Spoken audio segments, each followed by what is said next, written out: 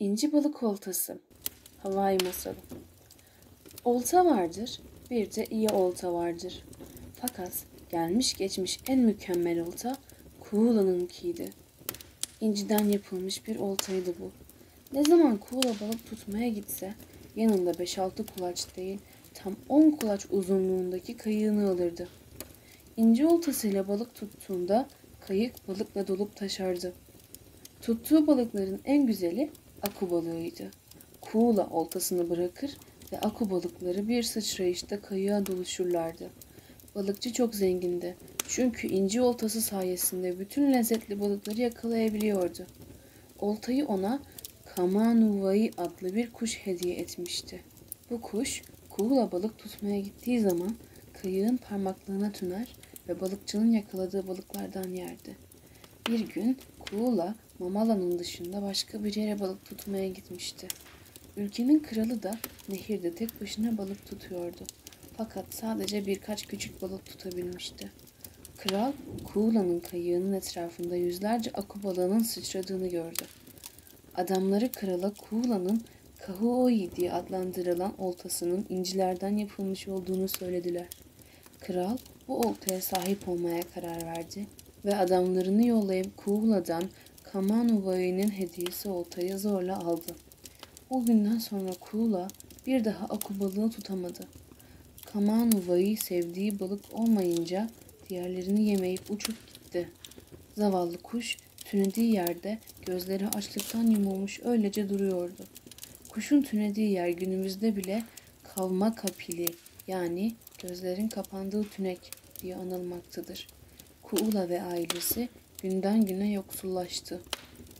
Fakir balıkçının oğlu Ay doğduğunda ona verecek bir lokma yiyecekleri dahi yoktu. Bu yüzden çocuğu kayığın içine yerleştirip Kamanovai'nin tünediği yerin hemen aşağısında ırmağın akıntısına bıraktılar. Çocuk akıntıda sürüklendi ve sonunda iri bir kayaya takıldı. Böylelikle bir süre sığ suda kaldı. O sırada hizmetçileriyle birlikte ırmakta yıkanan genç prenses çocuğu buldu ve küçük Ay'ı alıp kralın sarayına götürdü. Balıkçının oğluna prenses baktı. Ay büyüyüp güçlü ve yakışıklı bir delikanlı oldu. Prenses ona aşık olmuştu. Ay ile evlenmek istiyordu ve sonunda onunla evlendi. Düğünlerinden kısa bir süre sonra Ay'ın karısı hastalandı ve kocasından kendisi için balık tutmasını istedi. Ay birkaç balık tutup prensese götürdü. Bir süre sonra prenses tekrar hastalandı ve canı yine balık istedi. Bu kez denizin derinliklerinde yüzen en iyi balığı yani akuyu istiyordu. Ay karısına bir kayığı ve bir inci oltası olmadan aku balığını yakalayamayacağını söyledi. Bunu duyan prenses bir zamanlar babasının bir inci oltası olduğunu hatırladı ve hemen kralın yanına gitti. Babası prensese "Benden ne istiyorsun?" diye sordu. Prenses "Kocam için bir kayık ve inci bir balık oltası," dedi. Kral kızına Ayı'ya söyle benim kayıklarımdan birini alabilir dedi ve biraz düşündükten sonra evet benim ince bir oltam var onu sana verebilirim dedi. Babası prensese ince oltayı verdi ve prenses aceleyle evine döndü. Ayı balıkçı babasının hikayesini ve kralın nasıl babasının ince oltasını elinden aldığını duymuştu. Bu yüzden ince oltayı karısının elinde görünce çok sevindi. Oltayı prensesten aldı ve kralın kayıkhanesinden bir kayık çıkarıp balık tutmaya gitti. Gökte uçan bir kuş alçalarak onun elinde parlayan ince oltaya baktı ve gelip kayığın kenarında dinlendi. Sonra denizin üstüne kondu. Aşağıdan bakıp oltayı izledi. Kuşun gözleri önce yarı kapalıydı fakat sonra kuş gözlerini fal taşı gibi açıp oltaya baktı. Ayı kuşu tanımıştı. Bu kuş Kuğula'ya ince oltayı veren Kamanuvai'ydi. Zavallı kuş dilediği kadar nefis aku balığı yiyebilecekti artık. Fakat o da ne? Ne oltaya takılan ne de kayığa atlayan bir aku balığı vardı. Kuş umutsuzlukla uçup gitti. Ayı karısına götürecek tek bir aku balığı bile tutamadan evine döndü. Prenses yine hastalandı. Kocasına aku balığı getirmesi için yalvardı. Belki dedi genç adam. Eğer kralın başka bir inci oltası daha varsa belki bu kez sana aku balığı getirebilirim. Hemen gidip sor. Kullandığı oltalardan muhafaza ettiği su kabağından kutunun içinde belki başka bir inci olta daha vardır. Bunun üzerine kralın kızı derhal babasının yanına gitti ve "Babacığım, buraya senden inci oltanı almaya geldim. Uzun zamandan beri canım aku balığı çekiyor.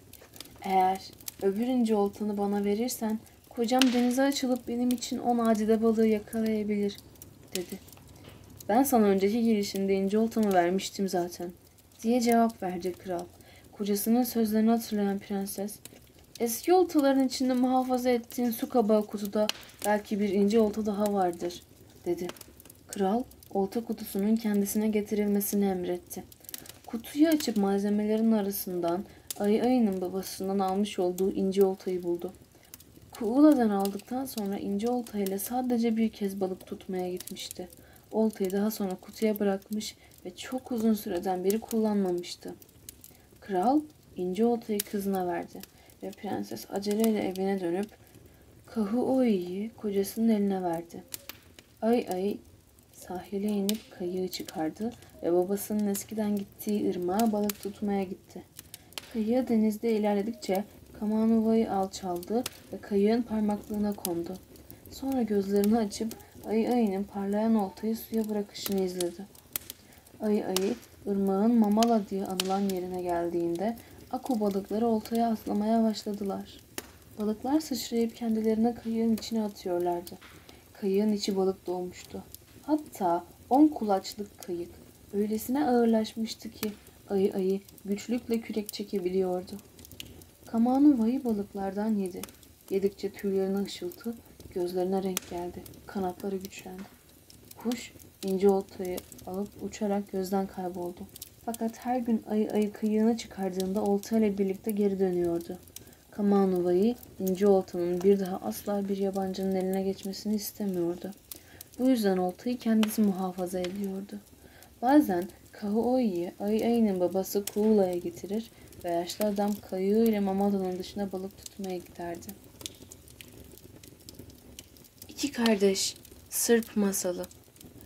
Bir zamanlar aynı evde yaşayan iki erkek kardeş vardı. Biri bütün işleri yaparken öbürü tembel tembel oturur, yiyip içmekten başka hiçbir şey düşünmezdi. İki kardeşin çeşit çeşit ekini, çok sayıda sığır, koyun, at ve domuzu vardı. Bütün işi yapan büyük kardeş bir gün kendi kendine "Niçin ben bu tembel adam için çalışayım? Ayrılmamız her ikimizin de hayrına olur. Ben sadece kendi işimi yaparım, o da ne isterse onu yapar," diye düşündü. Kardeşine "Sevgili kardeşim, ben bütün işi görürken sen parmağını bile oynatmıyorsun. Yiyip içmekten başka bir şeye kafa yorduğun yok. En iyisi biz ayrılalım," dedi. Kardeş, "Ah, bunu yapmayalım kardeşim. Biz böyle çok rahatız. Her şeyin idaresi senin elinin altında ve sana ait her şey aynı zamanda da benim. Biliyorsun ki ben daima senin yapıp düzenlediğin her şeyden memnun kalırım," dedi. Fakat abi kararında direnince küçük kardeş, "Madem ki böyle olması gerekiyor, sana karşı kaba davranmak istemem kardeşim. Malımızı nasıl istersen öyle bölüştür," diyerek razı oldu. Mal paylaştırıldı ve her biri dilediği payı aldı. Tembel kardeş sığırları için sığır çobanı, koyunları için koyun çobanı, domuzları içinse domuz çobanı tuttu. Aralarına bakacak bir işçi işe aldı ve hepsine birden "Bütün malımı size emanet ediyorum. Tanrı sizi korusun," dedi. Ardından evine dönüp önceki gibi hiçbir şey için keyfini bozmadan yaşamayı sürdürdü. Ağabeyi onun yaptığının tersine eskiden bütün mülk için çalıştığı kadar şimdi de kendi payı için çalışıyordu. Kendi sürülerine tek başına çobanlık ediyor ve her işe kendisi koşuyordu. Bu koşuşturmacaya rağmen işleri günden güne kötüleşti. Sürekli zarar ediyordu. Sonunda öylesine fakirleşti ki bir çift kösele ayakkabısı bile kalmadı. Çıplak ayak dolaşmak zorundaydı. Sonra gidip bir bakayım kardeşimin işleri nasıl gidiyor diye düşünerek yola koyuldu. Bir koyun sürüsünün otladığı çimenliğe vardı. Yaklaştıkça sürünün çobanı olmadığını fakat sürünün yakınında genç ve güzel bir kızın oturmuş örekesinde altın iplik eğirdiğini gördü. Genç kızı "Tanrı sizi korusun," diyerek selamladıktan sonra ona koyun sürüsünün sahibinin kim olduğunu sordu. "Bu koyunların sahibiyle benim ait olduğum kişi aynıdır," diye cevap verdi güzel kız. "Kimsin sen?" diye sordu abi. Senin kardeşinin kısmetiyim. Bunları duyan küçük kardeş öfkelendi ve gıpta ederek sordu. Ya benim kısmetim? Benimki nerede? Kız cevapladı. O senden çok uzakta. Onu bulabilir miyim? Diye sordu. Bulabilirsin ama aramalısın. Bu sözleri duyan abi, kardeşinin koyunlarının hayal edilebilecek en semiz hayvanlar olduğunu gördü. Daha ileriye yürüyüp başka hayvan sürüleriyle karşılaşmak istemiyordu. Doğruca kardeşinin yanına gitti. Küçük kardeş, ağabeyini görür görmez üzüntüyle ağlamaya başladı. "Bunca zaman nerelerdeydin?" dedi.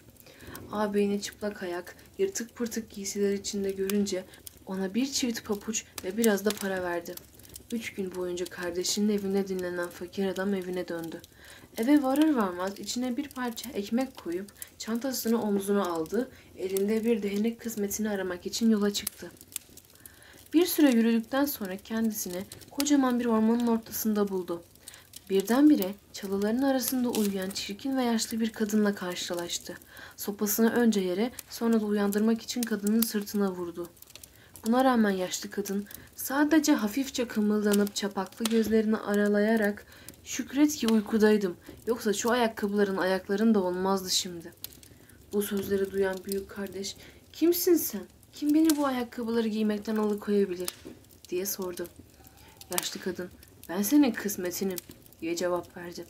Bunun üzerine adam göğsünü yumruklayarak umutsuzluk içinde bağırdı. "Nasıl olur? Lanet olsun, lanet olsun sana. Seni bana kim verdi?" "Talihin," diye cevap verdi yaşlı kadın. "Şu talih nerede oturur?" diye sordu adam. "Gidip kendin keşfet," diye cevaplayan yaşlı kadın tekrar uyuklamaya başladı. Büyük kardeş talihini aramak üzere yola çıktı. Az gitti, uz gitti. Dere tepe düz gitti. Sonunda bir ormana vardı ve ormanda karşılaştığı bir meczuba talihin nerede oturduğunu sordu. Meczup, "Şu dağı tırmandıktan sonra onun kalesine varacaksın. Fakat beni dinlersen talihle konuşma. Sana hitap edene kadar sadece o ne yaparsa sen de aynısını yap." Yolcu meczuba teşekkür etti ve dağ yolunda yürümeye başladı. Talih'in kalesine vardığı zaman çok güzel şeyler gördü. Çok hoş, görkemli bir yerdi. Hizmetçiler ve uşaklar hiçbir iş yapmaksızın oraya buraya koşuşturuyorlardı. Talih akşam yemeğine oturmuştu. Yeni gelen bunu görünce kendisi de masaya oturdu ve evin efendisine akşam yemeğinde eşlik etti. Yemekten sonra Talih dinlenmek üzere odasına çekildi. Misafir de onu örnek alarak odasına çekildi. Gece yarısına doğru kalenin içinde korkunç bir gürültü, gürültünün tam ortasında da çığlık çığlığa bir ses duyuldu. "Talih, Talih, o kadar çok ruh doğdu ki bugün. Onlara gönlünden ne koparsa ver." Bunun üzerine Talih kalktı, odasındaki yaldızlı bir sandığı açtı ve ışıldayan altın paraları "Ben şimdi nasılsam sen de hayatın boyunca öyle olacaksın," diyerek her yana saçtı. Seher vakti kale ortadan kayboldu. Yerinde sıradan bir ev duruyordu. Evin içindeki her şey son derece konforluydu. Gün solup akşam olunca Talih yine akşam yemeği için masaya oturdu, misafiri de aynı şeyi yaptı. Hiçbiri bir tek laf dahi etmedi. Yemek bitince ikisi de yatmaya gitti. Gece yarısına doğru yine o korkunç gürültü duyuldu. Bu velvelenin ortasında da bağıran bir ses işittiler. "Talih, Talih, bugün çok sayıda ruh ışığı gördü.